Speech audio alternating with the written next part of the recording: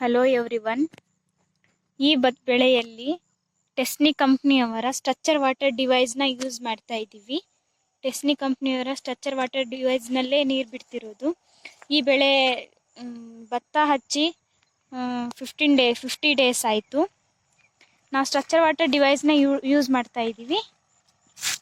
ಎಷ್ಟು ಚೆನ್ನಾಗಿ ಬೆಳೆದಿದೆ ಅಂದರೆ ಮತ್ತೆ ಬೇಗನೆ ಬೆಳೆದಿದೆ, ಉದ್ದ ಬೆಳೆದಿದೆ, ಮತ್ತು ಎಷ್ಟು ಪೈರು ಎಷ್ಟು ಚೆನ್ನಾಗಿ ನೀಟಾಗಿ ಬಂದಿದೆ,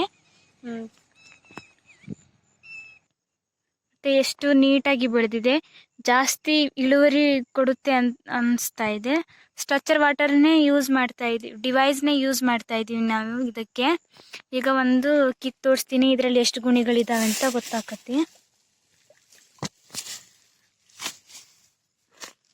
1 2 3 4 5 6 7 8 9 10 11 12 13 14 15 16 17 18 19 20 21 22 23 24 25 26 27 28 29 30 31 32 33 ಇದೆ.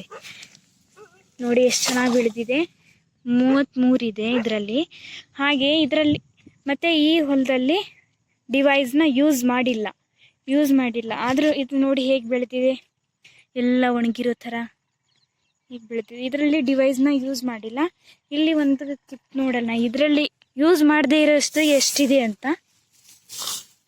ಇದರಲ್ಲಿ ಎಣ್ಸೋಣ. 1 2 3 4 5 6 7 8 9 10 11 12 13 14 15.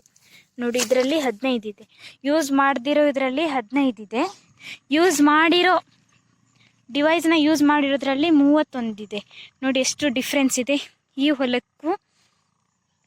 ಹೊಲಕ್ಕೂ ಎಷ್ಟು ಡಿಫ್ರೆನ್ಸ್ ಇದೆ. ಯೂಸ್ ಮಾಡಿರೋ ಹೊಲದಲ್ಲಿ ಎಷ್ಟು ಚೆನ್ನಾಗಿ ಬೆಳೆದಿದೆ, ಡಿವೈಸ್ನ ಯೂಸ್ ಮಾಡದಿರೋ ಹೊಲದಲ್ಲಿ ಹೇಗೆ ಬೆಳೆದಿದೆ ನೋಡಿ. ಮತ್ತು ಚೆನ್ನಾಗಿ ಇಳುವರಿ ಬರುತ್ತೆ ಅಂತ ಅನಿಸ್ತಿದೆ. ಮುಂದಿನ ವಿಡಿಯೋದಲ್ಲಿ ಹೇಗೆ ಬೆಳೆಯುತ್ತೆ ಅಂತ ನಾನು ತೋರಿಸ್ಕೊಡ್ತೀನಿ.